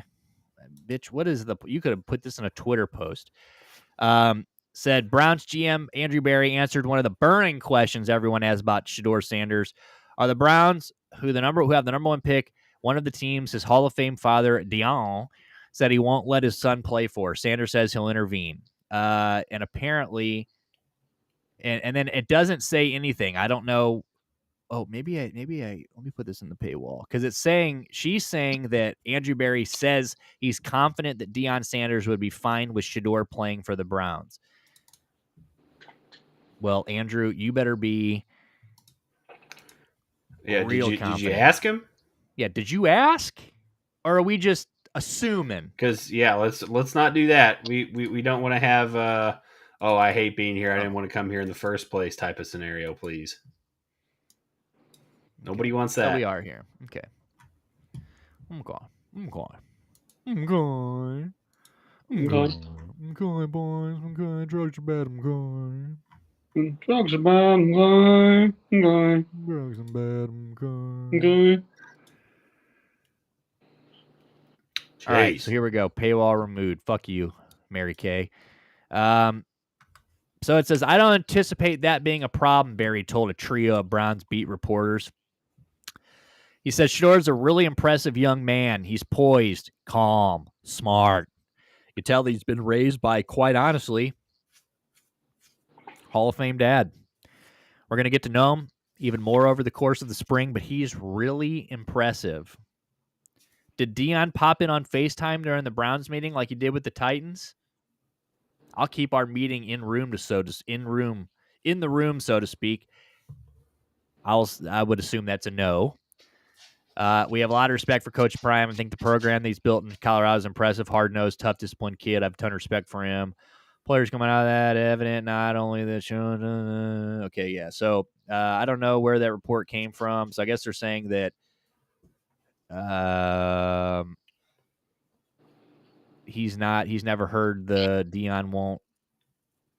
Oh, he's talking about not practicing at the senior bowl thing.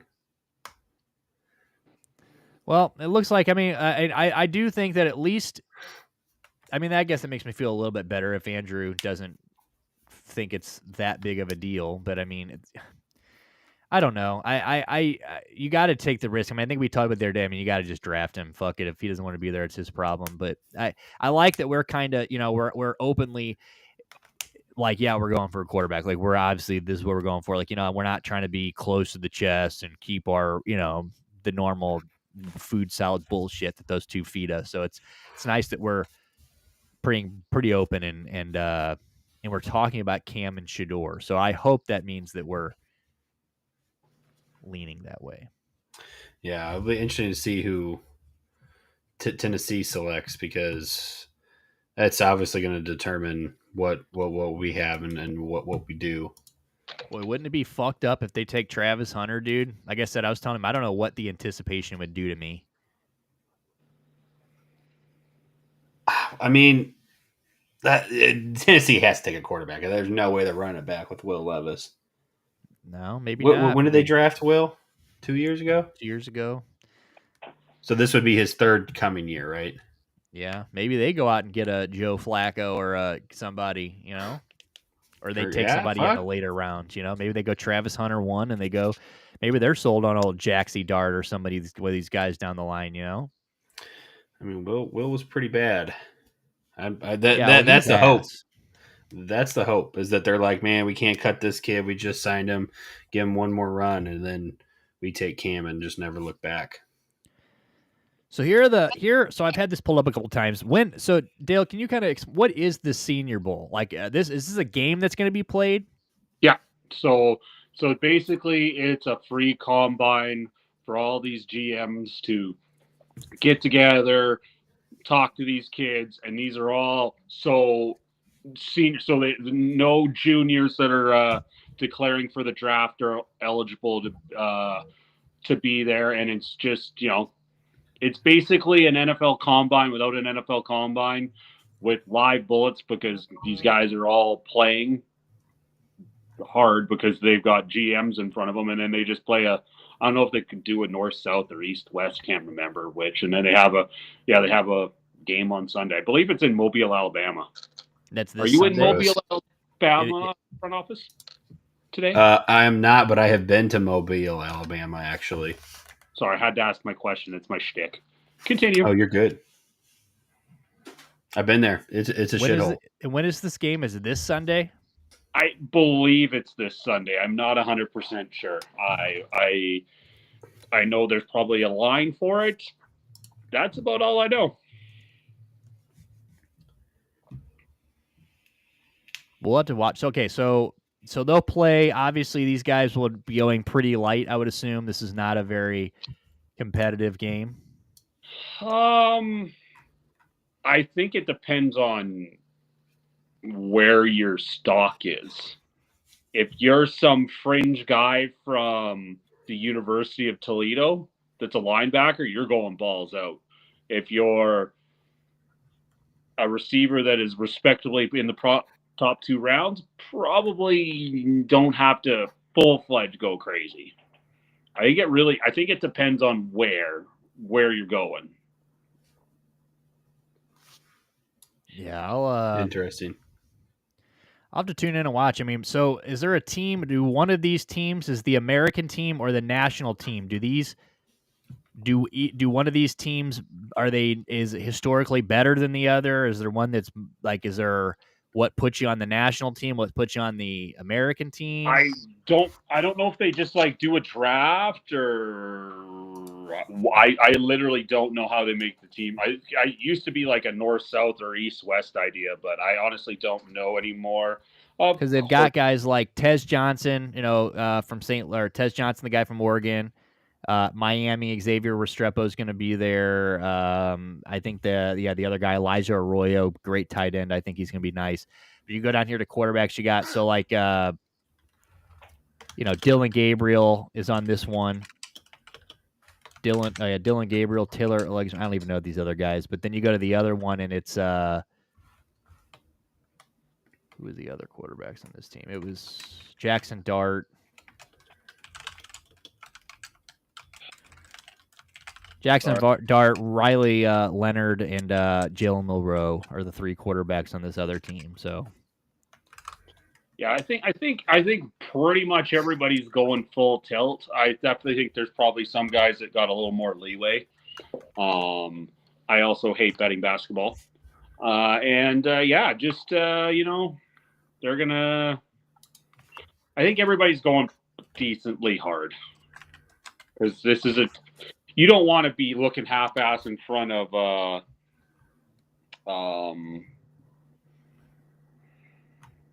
the scouts, right? So, God, imagine getting blown up in the Senior Bowl, dude. It's not good. The worst. It's one of those things where you want to have film, you want to have good film, but you could also have some fucking bad film at a game like this that could be costing you thousands of dollars.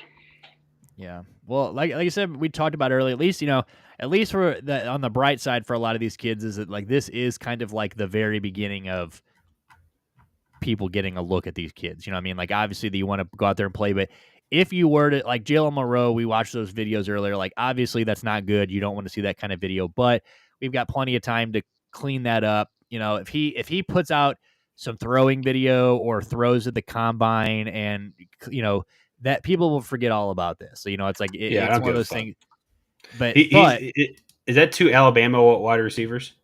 Yes. Well, that's 2 receivers that are on the team, but I think a couple of them are, like if there are receivers from, I just exited out of it, but I think there are some Bama guys there. Yes. But I don't think he's throwing to, I don't know. I don't know if he's I can't tell you. I don't know if he's throwing to his guys in those clips, but I would assume he's throwing to the guys on the team, like he's practicing with other guys on the.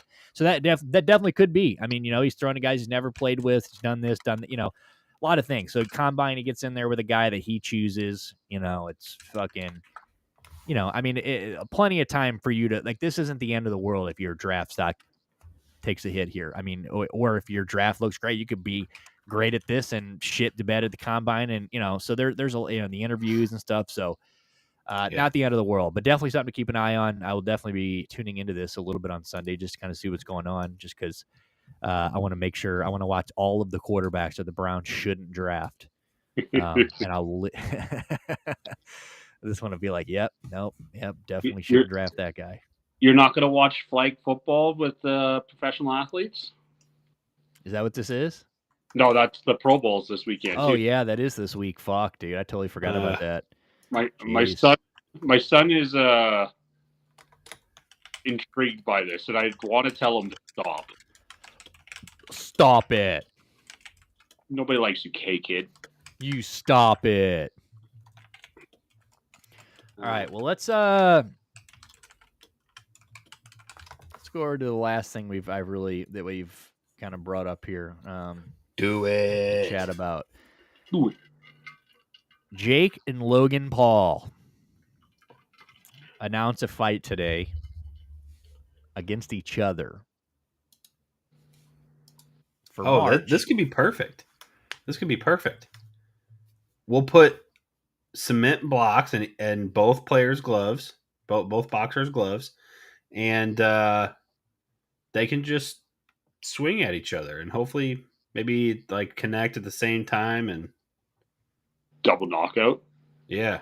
I'm going to be interested to see if this is really going to happen. I'm not going to lie. So this is the picture they posted March 27th on HBO Max. They've both posted it. But I don't know. I don't know Jake's if gonna I fuck him up, right? Well, I don't even think this is going to happen. The more I see stuff like this, this almost feels like it's going to this feels like it's going to be like the Snoop Dogg's ad for the Super Bowl last year where he's like, yeah, I'm going to quit smoking. And everybody thought he quit smoking. And he was talking about grills. Like, I feel like this is going to be like an ad somewhere, like a Prize Pick ad, or this is like a Super Bowl commercial, or there's something here. Like, I just don't think this is going to happen. I mean, maybe it does. I would think Jake probably kills him, but yeah, I just don't know. I don't know if this is real or not. It'd be fascinating if it was. Jake Paul, Logan Paul. Let's see. See if anybody's saying anything about it. Jake Paul. So everybody's saying that, yeah, March 27th, MVP for the most valuable productions live on Max. I mean, I'll tell you what. See, here we go. So here's Ariel Hawani. Sure, they're going to take this off, but they're going to be like, hey, you can't use that. We're going to copyright you. I know what's being talked about and what's being announced, but I'm not quite in the position to discuss it. Now, no one hates the I know something you don't know guy more than me. I think we can all decipher that it isn't a fight. The fact that it's on a Thursday, the fact that all it says is HBO Max, there's no information on where it would take place. Like, you're just going to drop a poster, and that's how we're going to announce that a boxing match is happening between the two. They're not fighting. They're not. Oh, so it might not even be a fight. Well, that's what I was saying. I don't think it is. I really am not convinced that this is a fight. Like, I'm thinking that this is like they're definitely beating off on Thursday afternoon. Yeah, this is like this has got to be to sell something or to like some kind of promo for something. Jerk. There's just like Prize Picks or something. Like circle jerk. No, really. Like they're gonna line up with all their bros in a circle, and like you've heard of like the elephant walk. Just think of like that, but like to the side. You know what I'm saying? Yeah. No, it could be. I definitely think it could be something of like that. I think it's going to be a Super Bowl commercial. If I had to guess right now, that's my opinion. I think it's a Super Bowl commercial. Getting close to the Super Bowl, a couple weeks from it. I just think that and then Ariel Hawani is like, well, I know, but I'm not going to tell anybody what's going on, but I know. I mean, he basically just told us they weren't fighting, I would assume. So I don't know. That's going to be interesting. They're running out of people. Where would they even go after that? If they were to fight each other, like, I don't really know what. Is Logan a boxer? Well, he fought Floyd Mayweather. Jake. No, Logan Paul fought Jake. Oh shit! No, that's right. Fuck, dude, I get him fucking confused all the time. Yeah. So he's boxed. You're right. He's not Jake Paul boxer. I mean, he hasn't like dedicated life to it, but. Yeah. I don't know. You're right. Well, I guess since we don't know much about that, we can go over to we can talk for the last few minutes about. Did any of you guys watch the bare knuckle fights this weekend? I seen the clips on X that you posted. Well, let me tell you. Well, that is the first bare knuckle event I have watched from start to finish, and that is the best thing other than UFC, hands down. It's incredible. Those guys, like Ariel Hawani was actually talking about today, which is he was saying on his show, if there was any outside corporation company he would invest in that's not the UFC, it would be that. Because he's like you watch, dude, their timing, like the way that they space everything out, like the flow of everything was just so. It just felt like a UFC fight night. Like you watch anything other than UFC nowadays, and obviously UFC's got it down to a science. The walkouts, the pace of the entire show, that type of thing. But then you watch these boxing events, and you go watch a Jake Paul fight, or you go watch one of these big boxing events or whatever, and it's an hour between fights. They've got rappers coming up and doing this, and it's a fucking 8-hour event because it's awful. You're like, there's just so much time killing in these things. Bare knuckle, it was just like a UFC event where like that fight ended, they got out of the ring, and within 15 minutes, the next fighters were like, they did some promo and shit for the next fight. Fighters walked down the ramp, boom, that was it. There are probably 15 fights on that card, 12 fights on that card. I bet 2 of them didn't end in a knockout, maybe 1. Everyone knocked out cold. Broken. Eddie Alvarez, jaw broken in half. Jeremy Stevens broke his jaw in half, main event. Stopped for the 3rd round, corner stoppage, got cracked in the 1st round, broke his shit square in half. But it's like, it's the most like brutal but like pure fighting, and all those guys love it. Like, there were like stars sidelines, like, I mean, on the sidelines, like it was a big deal. That was they were in Philadelphia, where I guess the Sixers, right? I think it was in where the Sixers play or wherever. They had the biggest gate. It was a bigger gate than UFC or boxing has ever done in that building. Wow. That's how there were 17,000+ people packed into that thing. And the way that they do it is like a squared circle, and it feels like they're like the crowd is like on you. Like it is packed. That place was so loud, and Ben Rothwell Big Ben Rothwell fought on this card for the heavyweight championship. It was like his second fight. Let me see if I can find the card. Knucklemania 5. Knucklemania. Let's knuckle up, is what they say. Good promo right there. Yeah. So so Ben Rothwell fought some guy named Mick Terrell, who is like, get this. This guy is from the United Kingdom or something, right? Born and raised in the United Kingdom. Comes out, he's got like a fucking United States military shirt on with like a MAGA hat, and I'm like, you can't even vote. So like that was funny, but he got knocked out. The very first punch that Ben Rothwell threw knocked him out cold, so that was great. But Ben Rothwell got on the mic and he goes, "Dude, I've been fighting for 20 years." And he goes, "And this is the best place I've ever fought." He's like, "This is like, it was loud on TV." And it's now going to be on DAZN all the time? So it's on DAZN.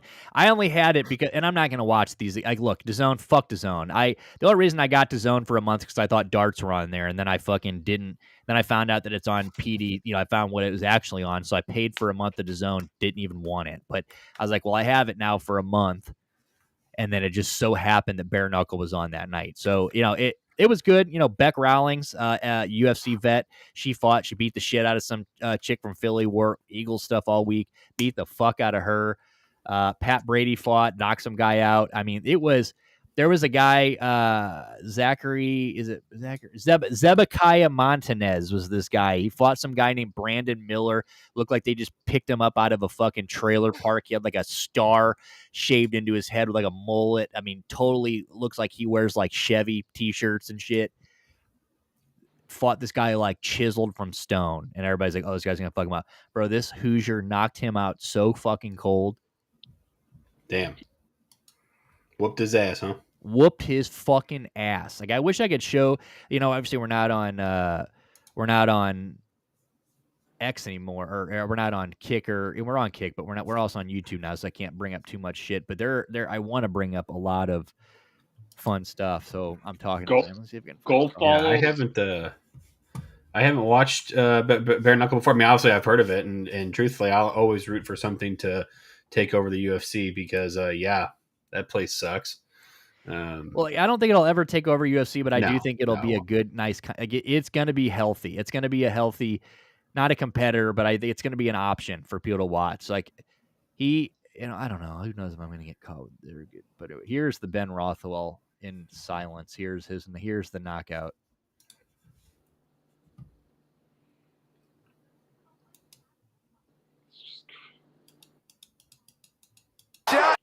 People were like straight up sleeping. I mean, it was. There we go. This Damon Martin, big MMA guy, perhaps most impressive part of the BKF show this weekend. The crowd was here, packed into the arena for the first prelim. That show rarely happens. I was stunned at how electric the crowd was from the first fight to the last. I mean, this place was. I can't say enough good things about the crowd. David Feldman is a class act. I can't say enough good things about Bare Knuckle. David Feldman, who's the guy that runs it all, is a class act, been nothing but kind to me over the years, and their entire staff's been amazing. That makes such a huge difference. I really do love what BKFC is doing. And Damon Martin is like one of the other big guys in the MMA media. So, this was packed out. This is so cool to see. Like one of the things where like I actually sat there and was like, do I subscribe to this? Like, do I actually like get a subscription to keep watching this? Which I might find a way to watch. I mean, it was very interesting. So I definitely it will be tuning in again. I saw that. I don't have to say, but you have seen nothing yet. Is that what I said?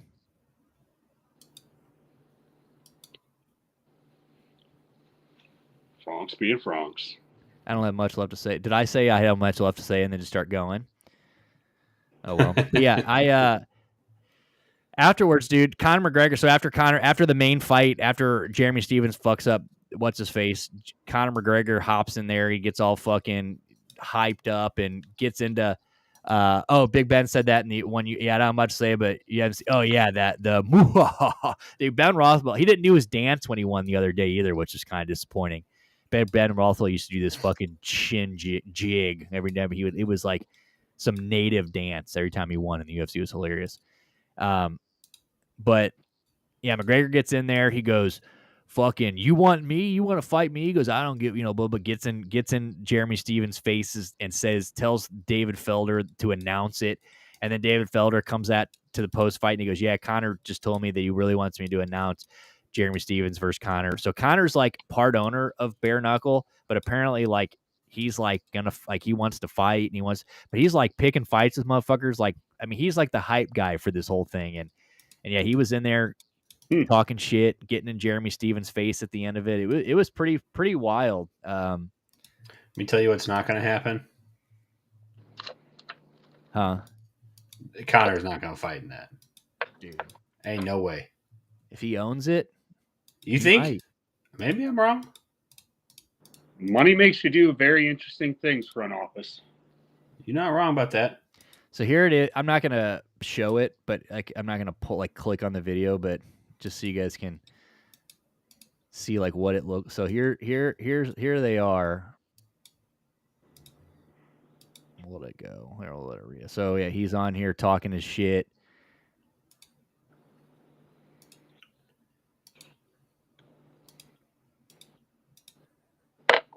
He's all coked the fuck out, dude. I love it, dude. I don't know. I never thought he'd fight Floyd Mayweather, dude. It's true. True.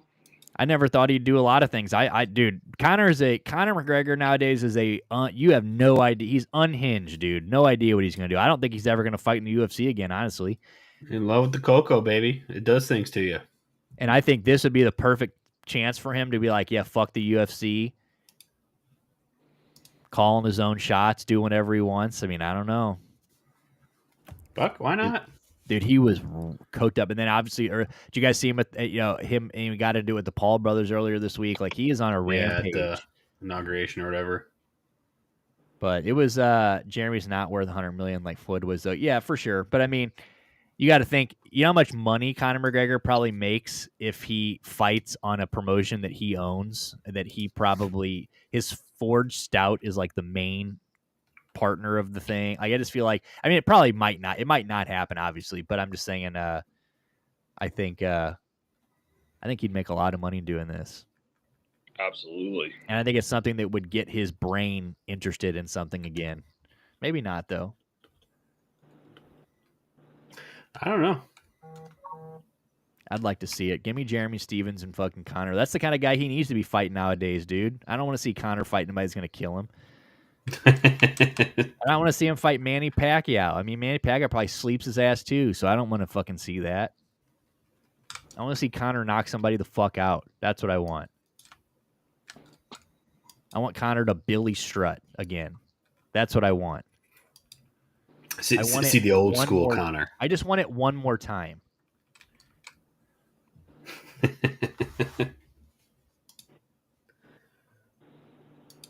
I don't care if he's got 40 pounds on Manny. Manny is a fucking machine. He's probably got how much weight you think he's got on Ilya Taporia? Would you put him in a fight against Ilya Taporia right now? Because I wouldn't. I bet he's got 30 pounds on Ilya. I bet Connor walking around's got 45 pounds on 45 pounds on Ilya Taporia. You want to put that guy in a fucking ring with Conor? He would put Conor McGregor in a grave, I think. Exactly same thing. Imagine what guys, there's always Manny enough Pacquiao, coke. Yeah, Manny Pacquiao 40 pounds lighter, but 50 times the boxer. Yeah. If not 100 times the boxer. Manny at 46 still got it. I don't know. Connor on coke at 30 some odd. I don't know. Like again, let's remember Connor's not out here working out and eating fucking salads anymore either. You know, I mean, he's snorting coke and eating strippers' buttholes out. So it's like it's a little different diet nowadays. The diet is a little different.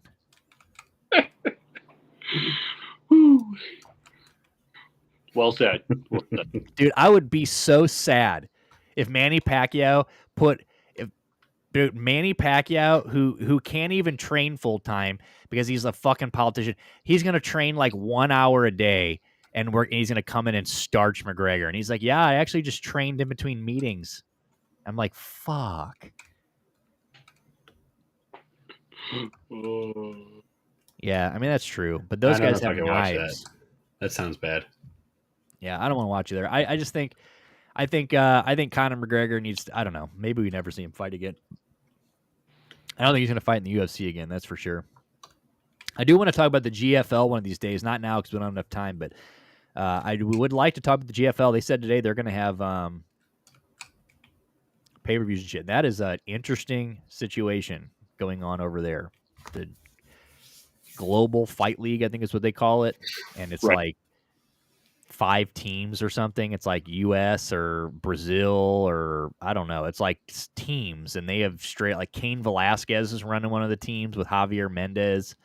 Wow! Good to see Cain out of prison. Gay Fight League, bro. Why don't you be respectful, dude? Be respectful. Show some respect. They actually got some decent. Let's see if they can. Let's see if I can. We won't talk about the league, but let's see if I can find the GFL rosters real quick. Yeah, I've heard of it. It's an interesting concept, and it's like a season that's like a year, and they have like 5 or 6 cards, and these guys are fighting 2 or 3 times during the year. I think. So here are the rosters. So Team Dubai, manager Cain Velasquez, coach Javier Mendez. They got Ali Asayev,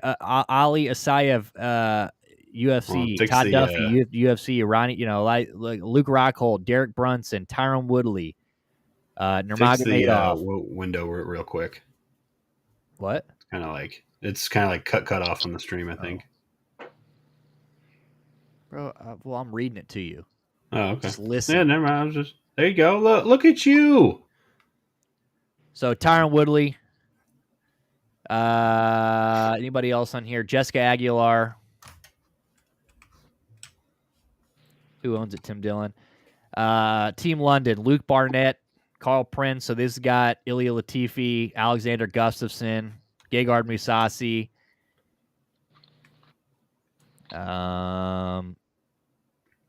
Derek Brunson.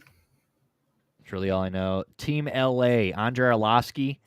But this is wow. Wanderlei Silva and Rafael Cordero. Ooh. So they've got Rafael Cordero, he just trained Tyson for that fight. So Arlovsky, Frank Mir, Rashad Evans, Uriah Hall, Grant Neal, Lorenz Larkin, Tony Ferguson, Sage Northcutt, Chad Mendez, Uriah Faber, Ray Borg, Leslie Smith, Aspen Ladd, Cynthia Calvillo, Jessica Penney. So basically everybody that is fighting in LA has been in the UFC. Team Miami, Thiago Alves, JDS, Thiago Santos, Yoel Romero's, Hector Lombard, Gleason Tebow, Jeremy Stevens is going there. Anthony Pettis, Charles Rosa. I mean, this is Marlon Moraes, Kat Zingano, Paige Van Zandt. New York, Kevin Lee, Chris Weidman, Holly Holm. Jimmy Rivera, Dylan Danis isn't even there. Even Dylan Danis. Oven St. Preux, Devin Clark, Alan Belcher. All these guys were in the UFC at one point. Lyoto Machida's got a team. Rafael Sunsao, Renan Barao, Alex Oliveira, Alan Patrick, Douglas Lima, Antonio Carlos Jr., Mauricio Ruiz, Bruno Capoloza, Fabricio Verdum. I mean, this is a big. This is all the fucking big wigs. So it's So let's see who. I don't know who owns it. So the GFL is an American martial arts founded by venture capitalist Darren Owen. Launched in April of 2025. League had draft picks to kickstart the promotion. First season is set to launch in April, where teams will be city-based. GFL fight-centric model is expected to include fighter health and injury insurance. So they are insured. Even better. They get insured here. This is a fucking real league here. GFL insurance, a structured retirement fund, and a 50% event-specific revenue share with the fighters. So this is basically just like a way, I don't know how they're going to be able to, who knows they're going to be able to, keep this going. But so put on fights across 10 weight divisions, differ from traditional weight classes. So 110 pound, 120, 130, 140 for women. Men, 145, 155, 165, 180. So the same, which differ from traditional weight classes. That'll look like the same goddamn. Oh, those look like the same weight classes to me. Light heavyweight, 225. I guess 205. I don't know. GFL had a 300 fighter roster where 120 athletes are drafted. Those are 20 fighters, two fighters representing each of the 10 weight classes. So each team's got 10 of each weight class, or 2 fighters from each weight class. Scoring system is set for the bouts where fighters will earn 4 points for a finish, 3 for a decision, 2 for a draw, 1 for a decision loss, 0 for a loss via finish. The point will contribute to each team's total score. Damn. Okay. And it starts in April. This starts in April. Interesting. Yeah, this is going to be fun. I mean, tons of names. I'll tell you what. It's been a minute since we've seen something like that. Yeah, I mean, and some of these guys, some of these guys I would assume are going to be, some of these guys might not look the greatest and maybe a little too far past, but you're going to see guys that, maybe shouldn't be in the, in the UFC anymore. They can still fight. Like, I'd like to see what's Tony Ferguson going to do in here. Guys don't want to fight in fucking forever. Maybe he can go get a win over there. It's, I'm trying to read more about. Yeah. Well, did you ever think you'd see JDS again? That's JDS. I mean, dude, that's some people there. Chad Mendez, even. Chad Mendez. Uriah Faber. Yeah, right. I mean, you're looking at. Fabricio Verdum. I mean, that is. Some of those guys have been out for a minute. He's gonna throw some sand. Yeah, I want to know who this guy is. I'm trying to figure out more about Darren Owen. I mean, I found his fucking LinkedIn, but I don't know what that does for me. I want to, because I think he had something to do with something in the past. Like, I remember people kind of being like, "Oh, Darren Owen," Application. Did you fight in the UFC and UFCT? You're hired. Yeah, no shit. He's a Canadian. Canadian. Maple Canadian boners. Darren Owen is no stranger to big thinking. In 2011, he and fellow Victoria entrepreneur Jason Haidt appeared on Dragon's Den to pitch for help to grow their regional mixed martial arts promotion. 14 years later, Owens is dreaming even bigger. So Dragon's Den is the equivalent to Shark Tank. Actually, Dragon's Den was before Shark Tank, but like, so Kevin O'Leary, I think, is on the Shark Tank one with like Mark Cuban, and yeah, but that's that idea. Interesting. I didn't know that. More, you know. Definitely interesting. And like I said, I am now that I kind of loosely knew what it was, and I had seen the draft.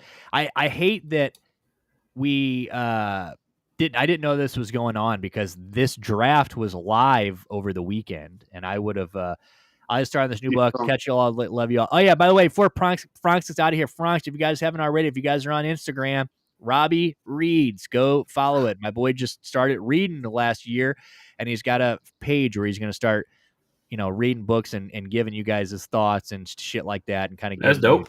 Wait, Yeah, Robbie. Well, what are you reading?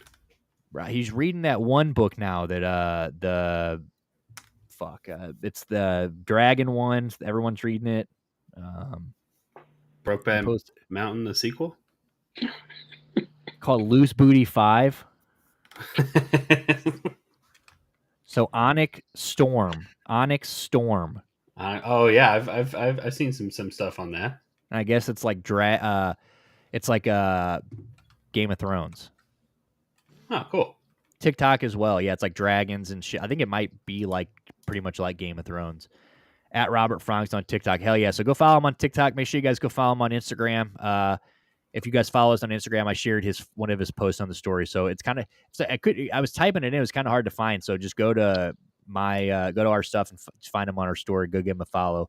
Like I said, he is what I call the most handsome storyteller of this generation. That is true. Well, so you said that GFL starts in April? April. Yes, sir. All right, Franks, have a good one, big dog. Yeah, peace, Franks. That'll be April 2025. April 2025. Interesting. It's an interesting not just a musclehead. But yeah, they had the draft live this weekend, and Ariel Helwani and everybody would live had streams going on about it. If I'd have known, that would have been a pretty cool draft to watch. There's a lot of fighters though. Can't imagine how fucking long that draft took. There's no way they did that in one day. Maybe they did. Oh. Hey, Isaiah Thomas just hit back-to-back threes in his first G League season. He wants to come back again. Isaiah Thomas. But yeah, I definitely am going to be excited about this. We'll keep an eye on this, and in April we will definitely be following this. I mean, this is going to be pretty cool. The team aspect's interesting. The point system's interesting. Every coach is pretty much legendary. I mean, you see a lot of familiar faces in this. This is going to be pretty cool. Absolutely. If they can fire out a pay-per-view every 8 to 12 weeks, because I am assuming the idea is get all these guys will have 1 or 2 fights over a year and then reset. Yeah, that'd be cool. It's not the worst idea. I think this would be pretty sweet. I mean, I'm definitely going to tune in. I agree, baby. Providence lost. Fran Van Fleet's going to piss me off. Don't start with me at fucking Providence and missed fucking 2 free throws. Oh my God, they lost. So they won by 2. Did you watch the marker bounce off the table? That was when that happened. Well, it looks like we're going to get we just hit Kentucky. And we're going to hit UNC looks good. Well, I want to say we're going to hit UNC, but they're up 10. 2 minutes left in the first half. So yes, but if Providence, that sucks. Yeah, that one hurts. But if USC is plus, what did I get them at yours at 1? You got the better number this time because totes don't. I don't lie. You guys got a better number than me. What did you get? 1 plus 145 or something like that? On what? On UNC tonight. 146. I got plus 125. So Shout out to FanDuel, baby. Let's go. FanDuel Sportsbook, baby. I can't wait to be pulling up our FanDuel. We didn't never even put in a prize picks tonight. That was something we were gonna do at the beginning, but I totally forgot. It was a shitty NBA card. Really? Yeah, it was. It was real shitty. So maybe tomorrow we'll or whenever we'll next time we're live, which probably tomorrow. Yep. We'll fill out a prize pick. So. All right, fellas, you guys got anything else you guys want? Is there anything pressing that you guys think we need to chat about that's going on in the sports world? We've covered the Senior Bowl. We covered Okay, well, actually, real quick, De'Aaron Fox. Do you think De'Aaron Fox to the Spurs? Do you think that's a good move? It's not a game changer for me. What? Is that a game changer? It's not a game changer for me. Is that a game changer for you? No, I mean I think it's a good pick. I mean I think that Wemby and De'Aaron Fox are going to be nice together, but winning titles and shit, no, they definitely need more than that. Yeah, but it's a good start, I think. And then with the Rockets were another team, and I think that'd be a fun spot for him too. Remember when USC was up by 10? UNC, yeah. What are they up by? 2 now. Oh yeah, well, make it 4. Oh, there's a foul. Oh, they didn't call a foul. Never mind. We could be tied at the half. God, betting. Just wait till baseball season when you get to watch me really get fucking stressed. It'll be fun. Dude, take that off your neck. Don't do it. Oh. Sorry. Wait till we're off stream to do things like that. Pull our video off YouTube. But yeah, dude. I mean it. But yeah, the De'Aaron Fox thing. We'll see what we're gonna monitor that over the next couple of days. King said they're gonna move him. We'll see. He wants to go to the Spurs. A few other teams named, but we talked about that. We talked about Jimmy Butler again. Jimmy Butler. They lowered the asking price for Jimmy. So we'll see if he gets moved now. Maybe go back to Golden State. They said Philadelphia was a team that don't be surprised. Which we talked about that earlier. That's goofy. Why would they do that to themselves? But we'll, obviously we're keep eye on the Jimmy, keep an eye on all the NBA moves that are going on, De'Aaron Fox and stuff. So, but I think we covered pretty much everything that happened today. I mean, it's pretty much a pretty good episode, pretty full episode. I think we covered it all, and very slow night in sports. No hockey, really. No Blues tonight. Very, no Cavs. Just a college basketball type of evening, boys. Hell yeah. Yep. Hopefully UNC wins. Profitable day. UNC doesn't win. Fuck, Providence cost us some money, but that's okay. Another board tomorrow. That's right. All right, fellas. Well, you guys appreciate everybody who stopped by tonight, man. Really had a great time tonight. Happy Tuesday to all you guys. We will see you guys more than likely tomorrow night. I'll let you guys know what the plan is. But we're plenty throughout the week. We got we kind of a slow. No. We do get this weekend. We got the big UFC free pay-per-view, our free card this weekend. Probably one of the biggest free cards we've had in a long time. Good one.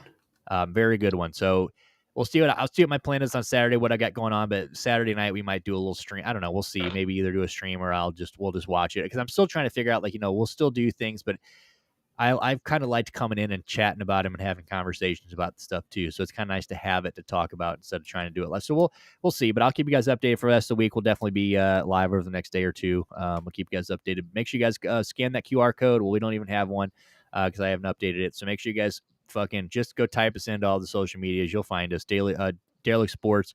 Make sure you guys go to Action Network. If you guys are sports bettors, man, go to Action Network at Action Network. The Daily Derelict. Well, it's actually at Daily Derelict. No, 3 to 5 lines every single day. We're giving you guys a prop. The last few days we've been pulling props up too. So getting you guys plenty to bet on. Got prize pick stuff going up most of the time. So a lot of sports betting going on. A lot of content coming your way. Make sure you guys follow us on YouTube. If you're on YouTube, please hit that sub button. We grew 3 the other day. We got 3 subs from Saturday stream, so that was pretty cool. Make sure you guys hit that sub button. Get us to 10. We're almost to 10 subscribers. Hit the like button. That's what gets us through the algorithm. That's what YouTube cares about. And then if you're on X, of course, make sure you guys follow us on X. Give us a like. Give us a follow. Give us a retweet. And then on Kick, we're also live on Kick. Kind of dead on Kick, but if you're over on Kick and that's what you want to do, that was probably where the more I thought about our dart streams, are probably going to be Kick X going forward. So if you want to watch some dart streams on Sunday, Twitter and Kick are where to do it. Sorry, guys. You guys have a good rest of your Tuesday. We'll see you guys tomorrow. Happy Wednesday. Have a good one. Have a good rest of your day at work. Good day at work tomorrow. Go UNC. Go Tar Heels. Bye.